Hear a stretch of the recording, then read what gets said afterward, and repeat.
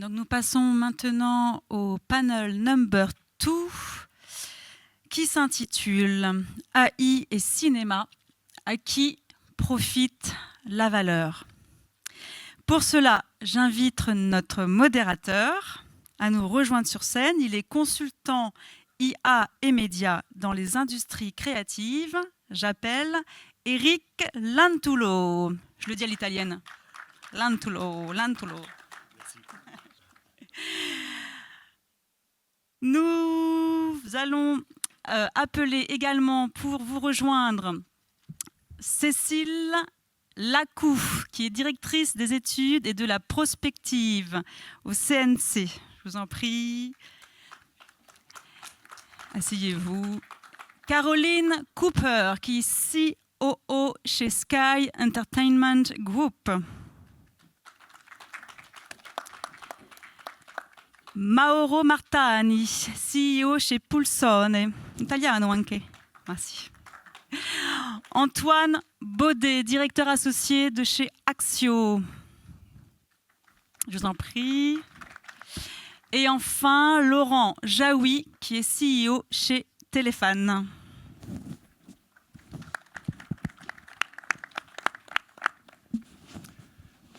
Merci Gwen. 1, 2, 1, 2. 1, 2, marche 1, pas, 2. c'est bon? 1, 2, 1, 2. Si c'est bon, ouais, ça fonctionne. Ouais. Merci Gwendoline, et puis bonjour à tous et merci d'être ici avec nous à l'espace Miramar pour les 45 prochaines minutes.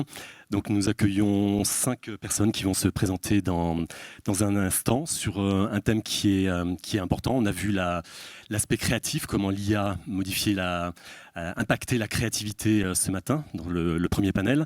Et cet après-midi, en fait, on va parler d'un aspect plus économique et de qui tire profit de l'arrivée de l'IA dans le cinéma. Donc quand on parle d'IA, on parle souvent de ce qu'elle permet, de ce qu'elle rend possible, mais la vraie question en fait est économique. Et si produire du contenu devient plus facile pour tout le monde grâce à l'IA, alors finalement, produire ne vaudrait plus grand-chose en soi. Je parle au conditionnel, on va en parler plus en détail dans un instant. Et la valeur se déplacerait ailleurs, et vers quoi? C'est exactement ce qu'on va essayer d'éclairer maintenant. Donc à ma gauche, Cécile Lacou, je vous laisse vous présenter. Bonjour à toutes, bonjour à tous. Donc Cécile Lacou, je suis directrice des études, des statistiques et de la prospective donc, au CNC. Je suis notamment en charge de l'Observatoire de l'IA que Gaëtan Bruel évoquait dans la petite vidéo, donc, qui a pour rôle d'objectiver ce qui se passe réellement dans la filière, donc à travers des études, des analyses, donc pour comprendre l'impact réel de l'IA. Caroline Cooper. Hi everyone, I'm Caroline Cooper. I work for Sky. We're a UK-based pay broadcaster and I'm the COO of our entertainment division. So we're responsible for all of the Sky branded entertainment channels. So that includes all our originals, some of which make their way to France, and all of our acquired content and our cinema channels.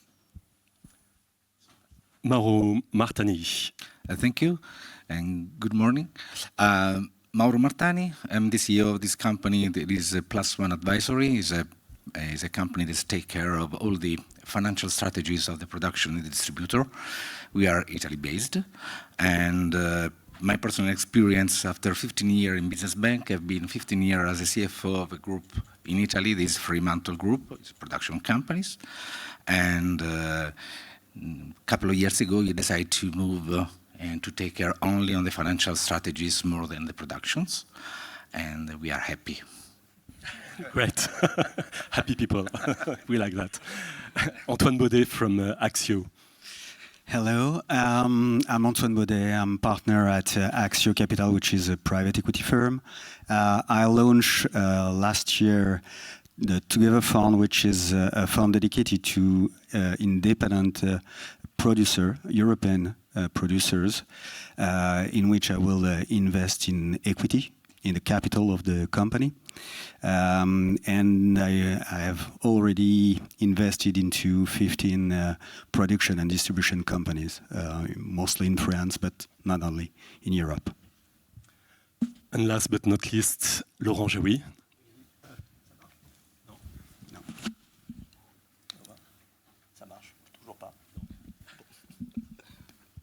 Oui, bonjour, je suis Laurent Jaoui, je suis réalisateur de fiction, de documentaire. Je suis aussi président d'un syndicat qui s'appelle l'U2R, Union des réalisatrices et des réalisateurs, à peu près 150 membres. Et récemment, fondateur de Téléfan, qui est une plateforme qui va permettre aux Français de retrouver des dizaines de milliers d'heures de fiction qui sont aujourd'hui totalement inaccessibles. Voilà.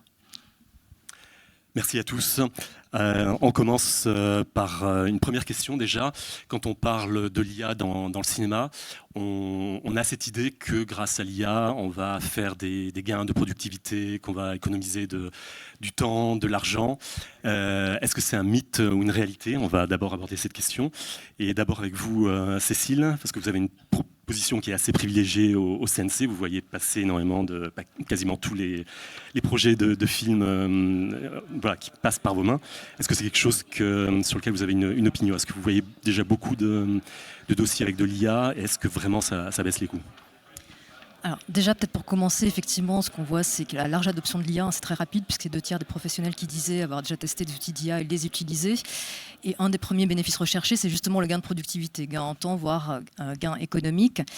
Ce que l'on voit, c'est que la réalité, elle est plus complexe, et c'est ce que montrait déjà il y a 2 ans notre cartographie des usages de l'IA dans la filière. Il y a des endroits où il y a des gains de productivité, d'autres où c'est moins évident parce que les outils ne sont pas encore suffisamment matures et qu'il faut beaucoup de temps et d'efforts pour réussir à obtenir le résultat que l'on souhaite. Il y a aussi d'autres cas, par exemple l'écriture, où les outils d'IA vont certes être une aide à la reformulation, à l'inspiration, peut-être faire gagner du temps, mais la rémunération des auteurs, elle est encadrée en France par des accords auteurs-producteurs qui ne dépendent pas du temps que vous passez ou du fait que vous utilisez une IA ou pas. Donc c'est pas à cet endroit-là que vous allez c'est toujours au projet. Faire une économie, exactement. Et par contre, là où les gains sont avérés, c'est plutôt sur des métiers qui sont déjà très numérisés, comme l'animation, qui sont sur des cycles de production. La production d'animation, c'est des cycles de production très longs, 2-3 ans pour une série d'animations, où il y a énormément d'étapes très spécialisées. Et là, l'IA peut agir comme un accélérateur sur des phases comme la rotoscopie, le compositing par exemple. Les effets spéciaux, les VFX aussi, sont un endroit où l'IA va non seulement permettre de gagner en qualité, mais aussi de réduire les coûts, parce que les VFX à la base, c'est quand même très coûteux. Et donc, ça rend les VFX beaucoup plus accessibles, ce qui fait qu'elles vont intervenir aussi plus en amont dans le processus de création. Maintenant, une fois qu'on a dit ça, donc effectivement, il peut y avoir, sur un certain nombre de cas d'usage, des gains significatifs de productivité. Pour autant, nous, quand on regarde les budgets des films ou des œuvres audiovisuelles que nous aidons au CNC, les budgets restent sensiblement les mêmes. On est toujours autour de 5 millions d'euros pour un film de cinéma. On est toujours un peu plus d'1 million d'euros pour 1 heure de fiction audiovisuelle. Alors pourquoi? Pour plusieurs raisons. Déjà, la question de la maturité des outils et de fait que c'est beaucoup plus complexe en réalité d'intégrer l'IA, d'utiliser l'IA. Le fait aussi que ces économies qui sont réalisées à certains endroits peuvent être réinjectés, réinvestis à d'autres. On va passer plus de temps en préparation, on va faire plus de VFX qu'on pouvait en faire auparavant. Et puis, le fait aussi qu'en réalité, les usages de l'IA aujourd'hui sont quand même très ciblés à certains endroits de la chaîne de valeur et qu'on voit assez peu, en tout cas pour l'instant, de projets véritablement hybrides, en tout cas avec une utilisation significative de l'IA. Il y a évidemment beaucoup de créations IA sur Internet, il y a des microdramas, il y a aussi beaucoup de projets en festival, mais qui relèvent plus d'une démarche exploratoire. Maintenant, en production cinéma, en production audiovisuelle, on a quelques exemples, notamment en documentaire audiovisuel. Il y a par exemple les 3 séries documentaires qui sont présentées ici au WAVE. Oui, on en parlait ce matin, le Masque de Fer. Le Masque de Fer, par exemple, Napoléon, et également un autre sur un empereur viking dont j'ai oublié le nom. Knut, je ne sais pas comment on prononce, Knut. Donc, et on a quelques autres projets qu'on a pu identifier où il y a effectivement une utilisation significative de l'IA. Lorsqu'on prend plus spécifiquement ces projets, alors oui, il y a des coûts de production qui sont significativement inférieurs à la moyenne. On n'est pas non plus sur un ratio de 1 à 10, ni même de 1 à 2. En même temps, on n'a pas en France les mêmes budgets qu'aux États-Unis. Et surtout, c'est aussi parce que ça permet certes de faire des économies, mais surtout de renforcer la valeur de production. Si on prend le documentaire, d'avoir des créations beaucoup plus immersives, beaucoup plus de reconstitution grâce à l'IA, et donc aussi de réinventer un petit peu le langage, l'écriture en tout cas du documentaire. Et c'est pour toutes ces raisons-là qu'au final, pour l'instant, il n'y a pas d'impact de l'IA sur les coûts de production au global, à l'échelle de la filière en tout cas. Okay. Caroline, so you are working in the UK, but Sky is a European group. So you commission a lot of productions. So yeah, when you commission a production, does AI come into the conversation very quickly, or is it or not? And do you expect to save some money when you commission a movie now? It's a very good question. I think there's not a straightforward answer to that question. Yes, AI is definitely part of the conversation these days, but it's really early days for us. So when we get projects through, we are now starting to look at them and assess where there might be opportunities to use AI, definitely in a hybrid workflow rather than anything else. And we do see opportunities in pre-production. I think you mentioned that just now, and also in post-production, in some of the VFX workflows.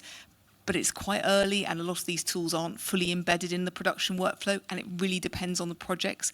We don't actually have that many projects that are heavy on VFX, and therefore for us, some of that opportunity is just not such a large line item in the budget. But we are starting to, with our production partners, explore opportunities to test AI tools, and it may not make it to screen actually, but it's good opportunities where we think there's something that AI could help us solve, or indeed increase the production value that we might not be able to do for the budget. And we're running quite a few proof of concepts at the moment on certain parts of the value chain.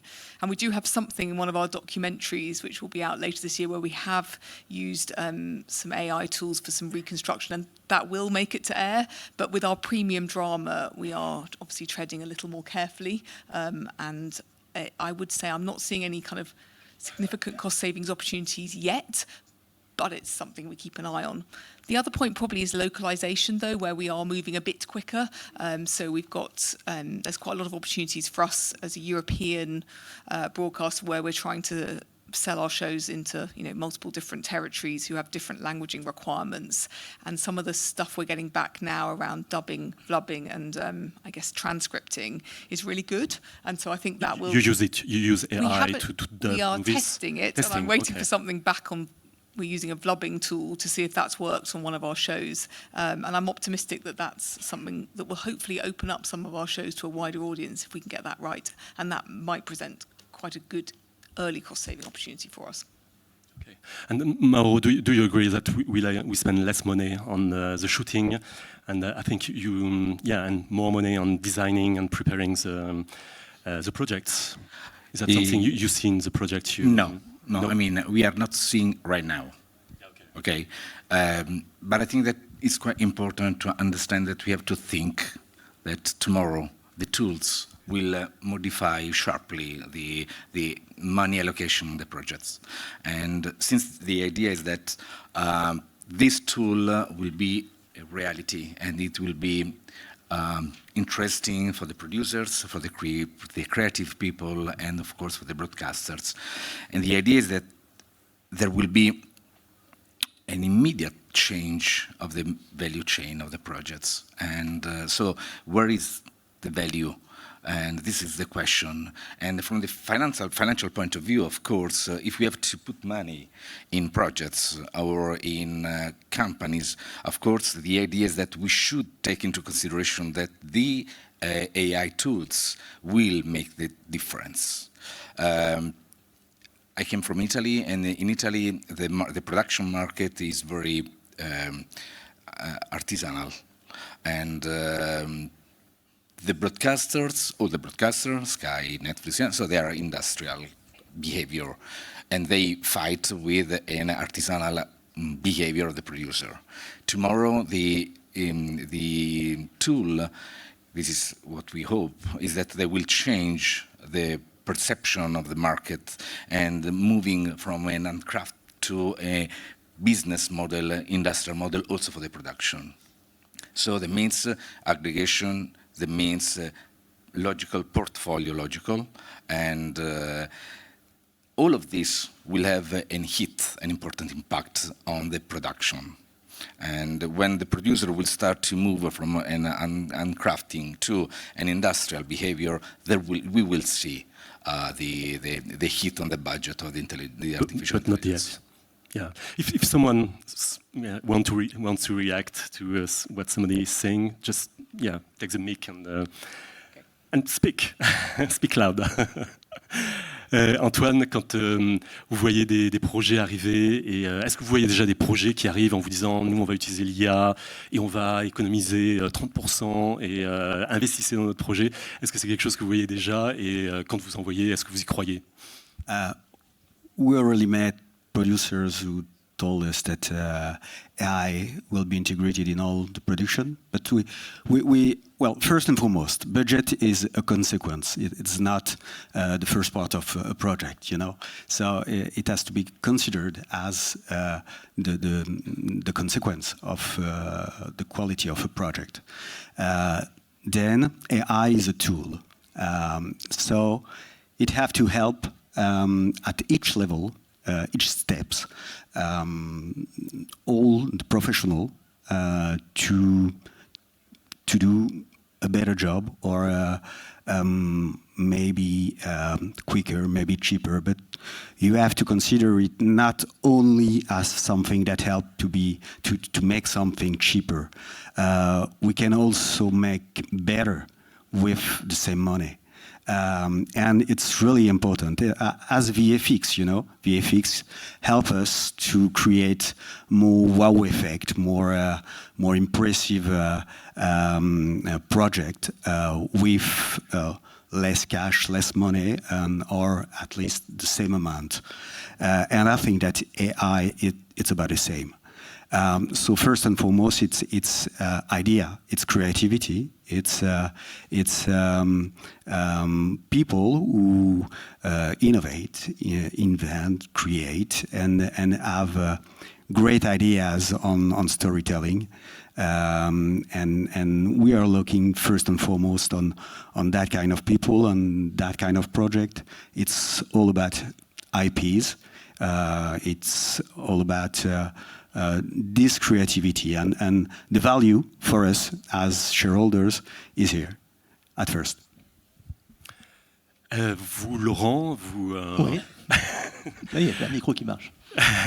Donc vous pensez qu'effectivement, voilà, l'IA ne réduit pas les coûts, mais qu'en revanche, elle réduit le risque qui peut être pris. Alors, juste par rapport à la production même des films, en général, quand on est un réalisateur, on n'a jamais assez de budget pour faire un film. Il manque toujours de l'argent.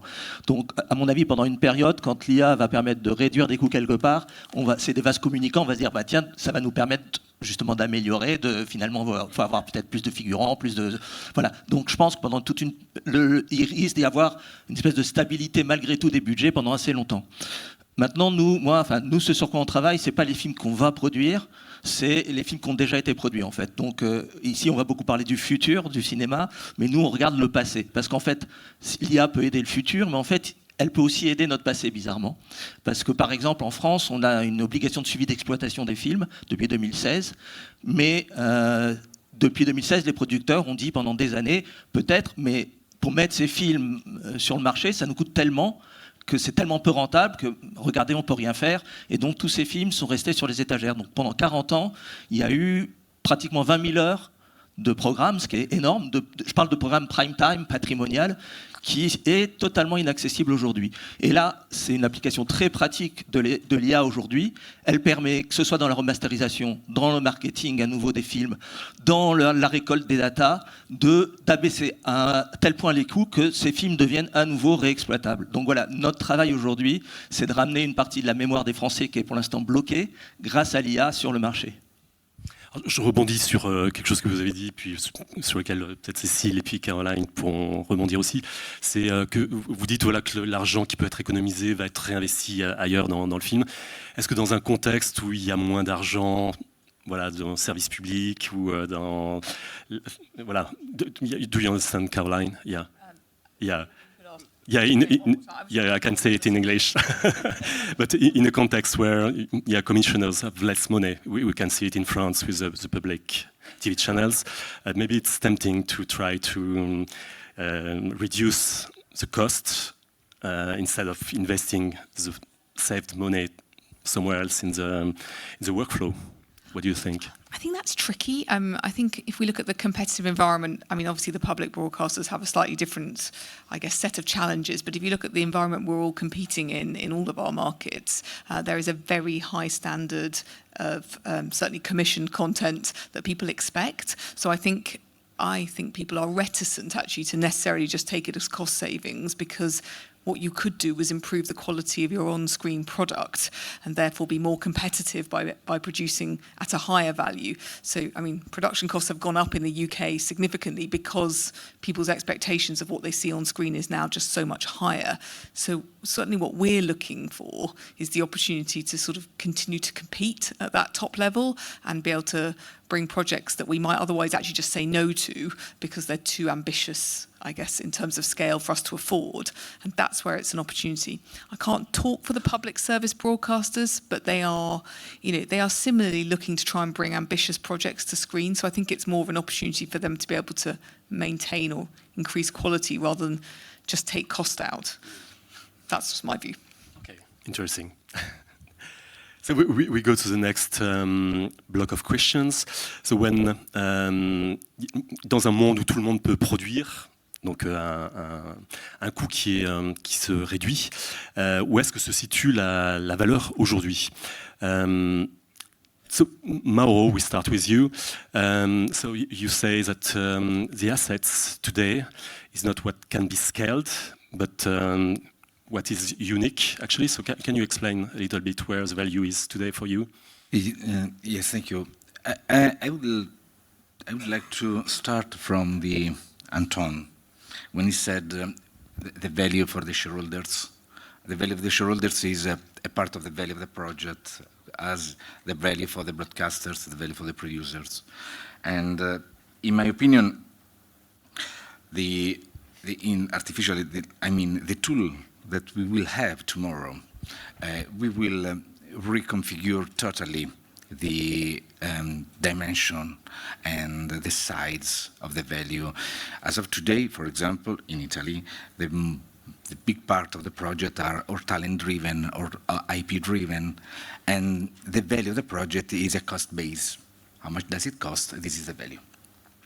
And there is something that is missing here. Is missing the audience value. I mean, the opportunity that the producer may have to test. And so using tools that we have, and tomorrow we will have a more accurate, we will be able to understand and interpret and to better understand which is the trend, which is the part that could be interesting for the kind of audience we can clusterize. So of course we can do a lot of things that as of today with our prototype, we do a project and then finger cross. The performance risk is something that we are not able to understand. So the only risk that we have is the delivery risk and the finance risk, the financial risk. The performance risk is something that is there. And there is nothing that we can do to understand. I mean, of course, using a talent, we can use the fan base of the talent to mitigate this kind of risk, or the IP, we can using the fan base. But there are so many huge informations that we can collect and that we can interpret with the tools, the proper tools, that can also consider another mitigation of the risk. And this will bring the project scalable. Because when we have a point of control and mitigation of every single risk, of course, with an investor, we can open discussion. There is less, I have Paolo Sorrentino, so the movie will be fine. Okay, what is a movie of Paolo Sorrentino? Okay, you have to trust that it's good. Dans ce que disait Mauro, Antoine, il y a la question des data, de la data qui est implicite, qui est quelque chose qui est très important et qui, grâce à l'IA, peut être exploité de façon beaucoup plus efficace et puis diminuer le risque. Est-ce que c'est quelque chose que vous utilisez? Vous utilisez beaucoup de data, vous We use AI for data, to collect and to analyze data. Yes, of course, but not only us. I think that this morning we have a look at some advertising, and for example, at Publicis Kantar is one of the biggest company in the world, trying to interpret data. So yes, of course, they use data. We all try to analyze and compile more data and in order to have a better idea of what could be done, what could work or not. But yes, it's another way to use this tool. And maybe it's the first step. It's analyzing data. It's the first step but as in writing, Serge Hayat was this morning here. He worked on that, for example, and other people, and trying to understand what works, what in the writing, in the storytelling, what could be the KPIs of what works and what not. So yeah, that's the starting point. Laurent, pour vous, l'IA permet de revaloriser un catalogue qu'on ne voyait plus, de le faire redécouvrir. Et ce catalogue, il peut servir aussi à entraîner les IA. Parce qu'on a besoin de data, on a besoin d'images. En fait, il y a deux points différents. Le premier sur la data, c'est effectivement c'est un immense progrès que l'IA puisse récupérer toute une data et l'analyser derrière.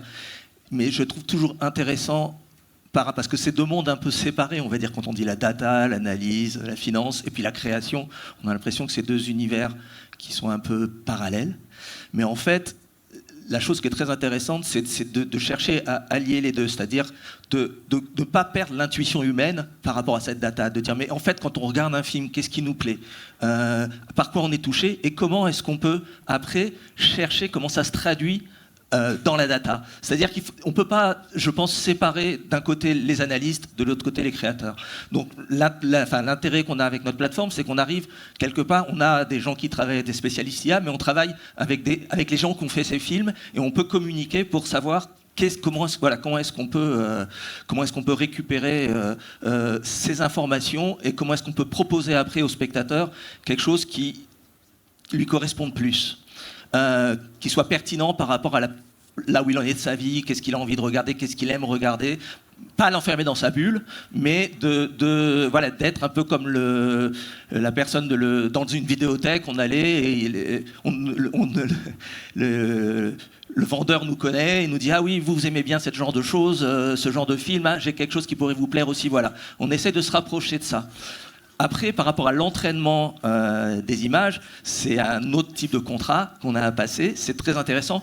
La seule chose que je veux dire, c'est que, on en a parlé avec Marco lundi, aujourd'hui, quand on fabrique ces images avec l'IA, on les fabrique avec des images fournies par les Américains, par les Chinois. D'ailleurs, c'est rigolo, quand on travaille sur Kling, on demande un portrait, un personnage, et hop, il nous donne un personnage asiatique, quoi. Si on a envie, on sent que le monde n'est plus si simple que ça, les Américains peuvent devenir nos ennemis demain, enfin bref. Donc il y a un problème de souveraineté, d'autonomie. Si on veut avoir notre propre imaginaire qui nourrisse aussi l'IA, il faudra qu'on se pose la question collectivement de qu'est-ce qu'on va lui fournir comme image pour qu'il puisse aussi s'entraîner sur un imaginaire européen. Voilà. Ça, on va se tourner vers les catalogues, vers les artistes, vers les gens qui ont travaillé ensemble, qui peut-être il y aura une confiance qui se sera installée, et à partir de là, peut-être il y a des accords qui se trouveront on apporte une réponse à deux hégémonies, et peut-être qu'on pourra avoir une espèce de souveraineté européenne de l'IA, parce qu'aujourd'hui, on n'y est pas du tout. Oui, pas du tout. Donc, je ne sais pas si à terme, le CNC, j'imagine que c'est des choses auxquelles vous réfléchissez sur la souveraineté, et puis comment faire en sorte qu'il y ait un imaginaire européen qui... Alors, évidemment, c'est des enjeux auxquels nous sommes très sensibles. Après, l'innovation, nous n'avons pas la main sur l'innovation, nous essayons d'accompagner à notre niveau l'innovation au CNC, comme nous l'avons toujours fait. Donc, nous avons des aides de moyens techniques, des aides aux effets visuels. Nous avons lancé des résidences de création IA pour plus aider les créateurs à s'emparer des possibilités de l'IA, mais dans un cadre responsable. Donc nous, notre ligne, c'est de promouvoir une IA responsable. Les enjeux de souveraineté, évidemment, ils sont extrêmement importants. Ils se jouent à un autre niveau, ils se jouent à un niveau plus européen. Et là-dessus, c'est vrai qu'il y a une bataille technologique qui, pour l'instant, se passe surtout entre les États-Unis et la Chine, clairement. Et il y a tout un enjeu, on a Mistral en Europe, mais il y a tout un enjeu de comment on peut avoir, nous aussi, notre place dans cet écosystème-là, au niveau de l'Europe. Et donc voilà, donc nous, on participe à la réflexion, mais c'est plutôt au niveau européen que tout cela se joue sur les questions de souveraineté. D'accord, merci. Caroline, Sky is in a powerful position. You own the rights, you own the platforms, and you own the audience.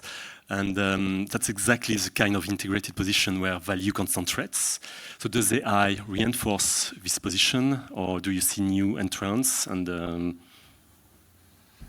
I mean, I suppose we are in a very favourable position, and we do own a lot of rights, and we do have access to a lot of IP, and but we are also operating in a very competitive marketplace where we compete with other players that also have all of those other attributes. So I think at the top end, I think we need to stay relevant, we need to stay on top of it, we need to make sure that we are across the opportunities, but in a responsible way. That's something we feel very strongly about, is that we have a duty as a broadcaster with this kind of scale to make sure that AI is used responsibly by our production partners, and that we retain the ingenuity, I guess, which is what worries me sometimes when we just look at data after data after data, that actually a lot of the creativity, I'm not sure when you're training off things that have happened in the past, perhaps that will actually prevent you from finding something exciting that hasn't yet happened. Anyway, that's a slightly separate point. So I think at the top end, we are competing with other players that have equally large resources. So we need to invest in it. We need to be active. We need to be interested. We need to support our producers so that we get them up the learning curve. I think at the lower end of the market, it's a completely different picture where there are just so many new entrants that actually it's almost impossible to compete there for us, and we don't. So we choose, I guess, where we place our money and our battles. So do you think that the market will be polarized with high-end? I mean, it like already is. It already is to some extent. I mean, and then there's a whole sort of middle ground where you find other distribution platforms like YouTube kind of can play in both, but the market already has bifurcated to some extent, and there's a lot of kind of AI tools being used in a kind of more commoditized end of the market, and likewise at the top end of the market. So I think it's already happened, and we've just got to, I guess, recognize where we play and where we can win, and perhaps where we can't. Nous passons au troisième type de question, donc sur ce qui concerne le financement et le risque. Antoine, est-ce que votre grille de lecture a changé depuis qu'il y a l'IA? Est-ce que vous privilégiez des projets où l'IA est intégrée ou pas? Où est-ce que vous en êtes par rapport à ça? Alors peut-être en français du coup. Enfin, y a pas. As you want. Non, mais encore une fois, l'IA c'est un outil, donc c'est pas un objectif en soi. C'est juste quelque chose qui doit aider à atteindre cet objectif. Et donc oui, on regarde le sujet et on est attentif aux producteurs qui nous disent utiliser l'IA, mais parce qu'on veut s'associer avec des gens qui à la fois vivent avec leur temps et sont prêts au changement, et sont prêts à les accompagner, pas les subir, à vivre avec et à utiliser ce nouveau potentiel, ces nouveaux outils qui, j'en suis convaincu, vont permettre justement d'upgrader, d'élever le niveau des productions. Et donc oui, évidemment, les broadcasters traditionnels, enfin, en France, pas seulement, mais tout le monde a en tête les traditionnels français qui baissent leur budget. L'idée ne va pas être de faire moins bien parce qu'on aura moins d'argent. L'idée va être de faire au moins aussi bien, voire mieux, mais avec des nouveaux outils. D'être capable de convaincre, de produire une qualité équivalente ou supérieure, avec des budgets, enfin avec des contraintes dont les contraintes budgétaires qui sont celles de notre époque. Mais les outils sont aussi ceux de notre époque. Et l'IA fait partie des nouveaux outils de notre époque qui doit nous permettre, encore une fois, d'avancer, d'aller plus haut, de faire mieux, parfois avec moins, parfois avec plus, puisqu'on le voit, les plateformes comme Netflix qui ont intégré d'ores et déjà quelques scènes dans certaines séries, c'était aussi des questions de budget. Il y a eu un effet waouh sur certaines scènes qui n'étaient pas envisageables de tourner en réel, d'une part, compliquées en VFX ou très coûteuses. Et là, l'IA a été un outil qui a permis la réalisation de ces effets-là avec un budget maîtrisé. Donc l'idée n'est pas de faire moins, mais bien plus... Faire mieux, ouais. Très bien. Mauro, you mentioned earlier that you do a lot of test and learn. Sorry? You mentioned you are doing test and learn, trying to test new concepts. And does it mean that you work on more smaller projects and less bigger projects? Well, our activity, we are an advisory company, so we work with a lot of producers and, of course, different size of company, different size of projects. And so, yes, we have a wide number of projects that we are working on right now, and some of these are, again, today, very primitive in the approach of the AI. Some of these projects are more keen to use AI. And as we said before, as of today, is too early to understand which is the real impact of the tools that we have. And I totally agree with Antoine when he said the tool will do something, will improve the quality, will reduce the cost. But to be focused only on the cost of the project, in my opinion, is something that is limiting the hit of the AI in our business. The creativity still remains human, and the tool and the industrial behavior will be helped by these tools. And again, of course, if we want to move in terms of value, because this, in my opinion, this is a very central question: what is the value? If you want to move the value, with this tool we can test. We can do something that yesterday was forbidden. So we can test new directors, new way of writing projects, a new way of thinking how it could be, and with a very, very reduced cost compared on what we had 3 years ago, for example. So there will be a revolution, in my opinion, in the market of the production. There will be a revolution, and it's exactly what's happening when from the analogic we came to the digital. The number of information has been so impressive that manage this information will bring us to, I hope, something that is interesting. Cécile, une question importante. Le CNC est un important financeur du cinéma en France, mais l'aide que vous apportez est assez fléchée sur certains types de dépenses. Est-ce que, avec l'IA, l'arrivée de l'IA, est-ce que ces financements vont évoluer? Est-ce que vous allez mettre des conditionnalités, des conditions aussi sur vos financements, à ce qu'il y ait 80% de travail humain? Est-ce que il y aura des conditions qui seront mises sur les financements? Vous allez faire évoluer tout ça?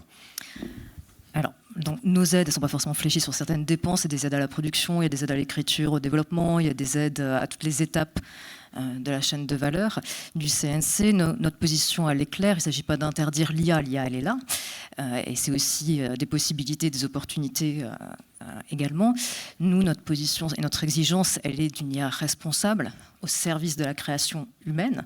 C'est ça qui est important. Et aussi, donc ça veut dire quoi? Ça veut dire évidemment le respect du droit d'auteur, la rémunération des auteurs, ça veut dire la transparence, ça veut dire aussi la prise en compte de tous les risques éthiques, juridiques, sociaux, environnementaux. Donc concrètement, donc, ce qu'on fait, outre accompagner l'innovation, comme j'en parlais tout à l'heure, c'est depuis peu, et ça va être déployé dans toutes les commissions, c'est demander aux porteurs de projets la transparence sur l'utilisation de l'IA. Lorsqu'il y a une utilisation significative de l'IA, de le déclarer et de le justifier, donc à travers une note d'intention, ce qui permettra aussi de vérifier qu'ils ont bien pris en compte tous ces risques, toute la question de la maîtrise de la donnée aussi. Et ça, c'est pas, évidemment, l'idée n'est pas que ce soit punitif, entre guillemets, mais plutôt que ça permette d'éclairer les membres de commission pour qu'ils puissent étudier les projets en toute connaissance de cause. Donc ça, c'est vraiment le principe clé, la transparence et le fait d'agir dans un cadre responsable. Et c'est aussi pour ça que je parlais tout à l'heure des résidences de création IA, les projets qui sont sélectionnés, on s'attache à vérifier justement que tous les risques sont pris en compte et que les créateurs agissent dans un cadre responsable.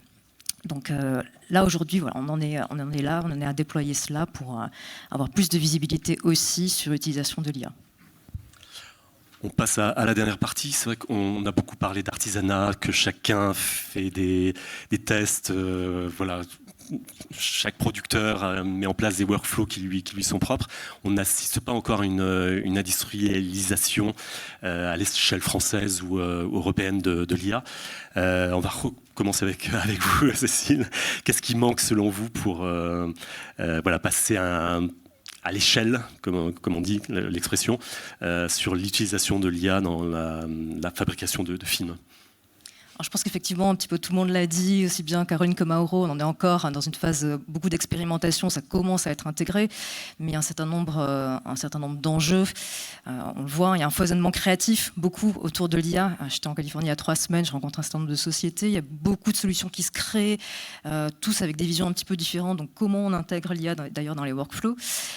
Donc le rythme de l'innovation est quand même très rapide aujourd'hui. Donc c'est compliqué de suivre ce rythme de l'innovation. Il y a aussi des solutions qui disparaissent. Il y a quand même Sora qui a disparu, ce qui au passage pose la question de la soutenabilité économique de certaines solutions, certains outils. Et donc c'est un défi. C'est un défi de suivre l'innovation. C'est un défi côté formation aussi. Nous avons publié une étude il y a 1 mois avec l'AFDAS, justement pour faire un état des lieux sur les formations à l'IA. Et je prends juste un exemple. On prend par exemple les formations initiales. Les écoles ont des positionnements très différents. Vous avez des écoles qui intègrent très largement l'IA dans leur cursus, mais vous avez aussi un tiers des écoles qui ne parlent pas d'IA, qui en parlent très peu, en tout cas qui ne l'affichent pas, à la fois parce qu'il y a des résistances culturelles de la part de leurs étudiants, mais aussi parce qu'elles ne savent pas comment l'appréhender. Donc c'est un vrai défi, c'est un défi pour les formations, c'est un défi aussi d'intégration dans des processus de création existants.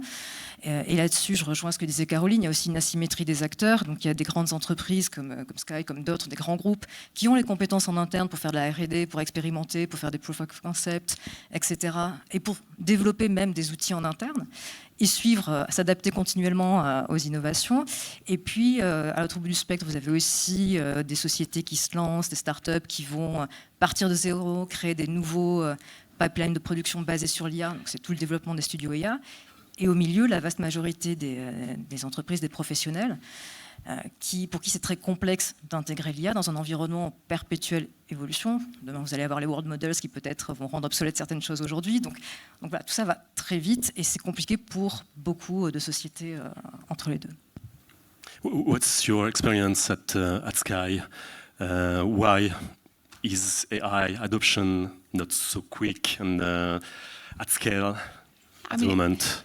It's complicated, right? Some of the tools I don't think are scalable yet or easily integrated into our current production workflows. So some of the production workflows will need to change, and that requires, I guess, training and people with a certain vision. I think you find some directors, some DOPs are more up for it than others at this stage because it is complicated and you have to sort of want to lean into the tech. So there's just an adoption curve that will take time. It's just also a very complicated topic around, as you were talking about, how people get paid, how we protect IP, the training models, what they've been trained on, how the human creativity point of view and when and why you should be using AI. So we're about to publish guidelines for our producers about how we want to engage with AI as a broadcaster, as a commissioning broadcaster, because the AI tools are meant to enhance something. They're not necessarily meant to replace human performance. And so I think it's just going to take a little bit of time. It's complicated, and because it's complicated and we do need to tread carefully, I'm actually slightly reassured that it hasn't sort of picked up at huge scale, because I think there are some knotty issues that we as, I guess people who work in this wonderful creative sector have to work through to make sure that we've got the balance right and that people are fairly remunerated and that IP is protected, and that has to be kind of front and center. Mo, do you have something to add? No, I totally agree. Yeah. We have to consider something. The time to market is the moment in which the project is imagined and then when the project is delivered. Yeah, exactly. So we are imagining that as of today, the producers and the distributors, the broadcasters, they are producing, shooting projects developed 2 years ago, 3 years ago. And these projects have been imaginated by the creative and the production team without all these tools that are new.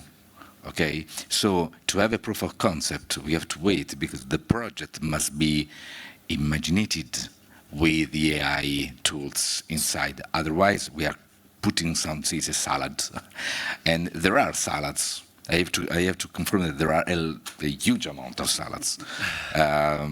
There are so many examples that I cannot do, otherwise I will be banned, but there are a lot of salads as of today. But the reality is the most important number of the projects that we are working on today are being created without any tool. On verra dans 2 ans davantage de projets intégrant l'IA, selon vous. Je suis totalement d'accord avec Mauro. En fait, aujourd'hui, ce qui est formidable, c'est qu'on est en R&D, enfin, et tout le monde l'est.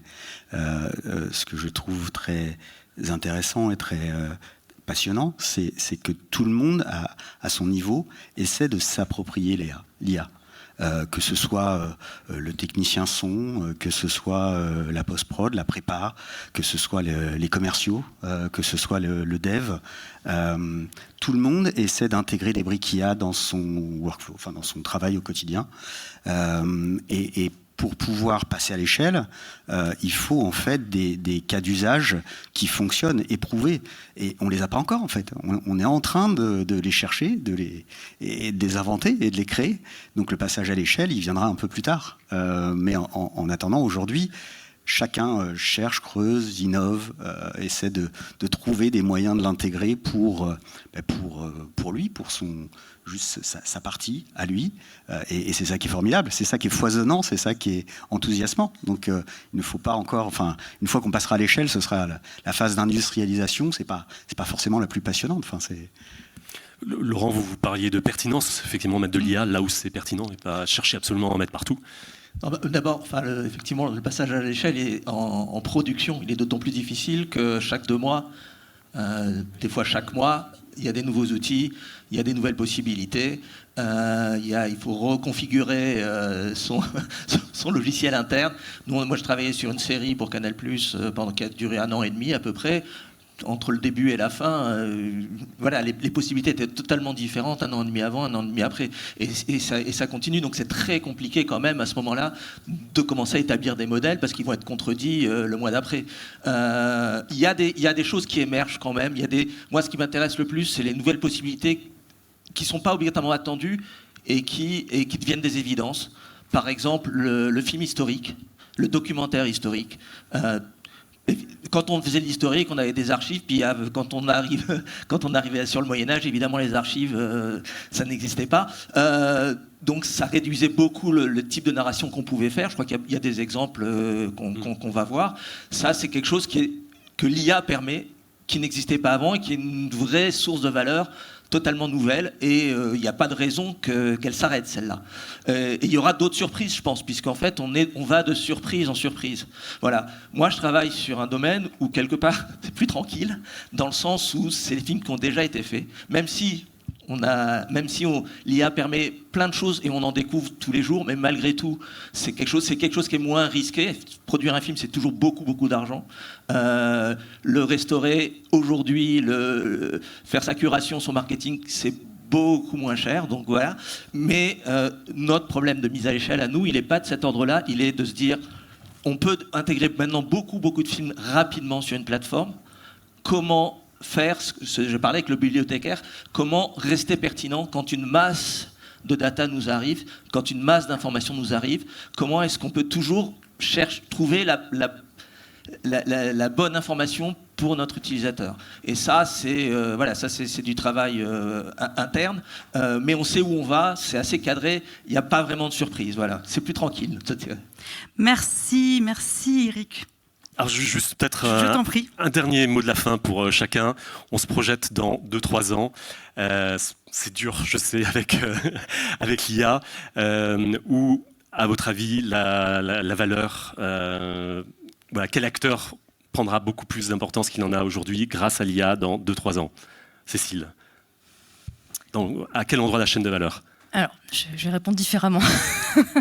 Je pense que ceux qui profiteront le plus de la valeur dans 2-3 ans, c'est ceux qui, au contraire, prendront des risques grâce à l'IA, parce que l'IA permettra des choses qu'on ne pouvait pas faire avant, tout en réduisant certains coûts. Et je pense qu'aujourd'hui, les projets l'enjeu va peut-être être moins dans la production que dans la diffusion des œuvres, comment on émerge dans un océan de contenu, notamment sur Internet, comment on émerge, comment on trouve son public. Et je pense que la prise de risque, elle sera aussi récompensée, et le fait d'utiliser l'IA pour pouvoir porter une vision artistique, pouvoir porter un récit, et la puissance des récits, la singularité des récits, je pense que c'est là où se créera la valeur.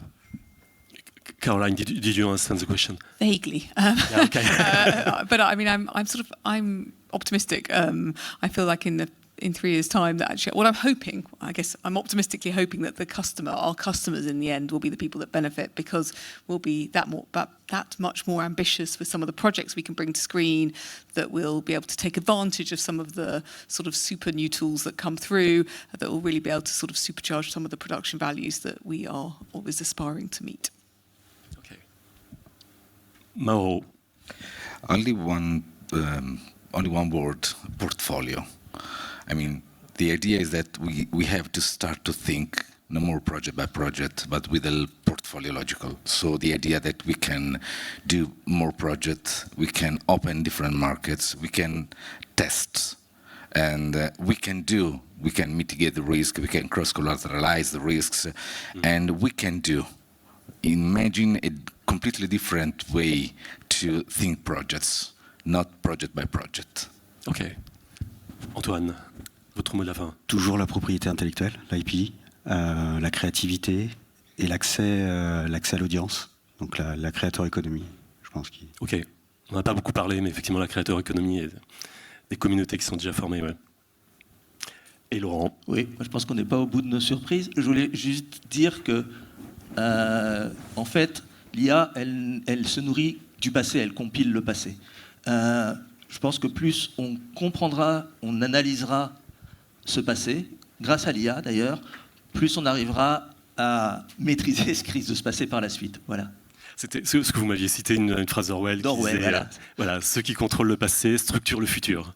Voilà. Exactement. Bon, ben merci beaucoup. Je vous demande d'applaudir nos 5 intervenants. Merci.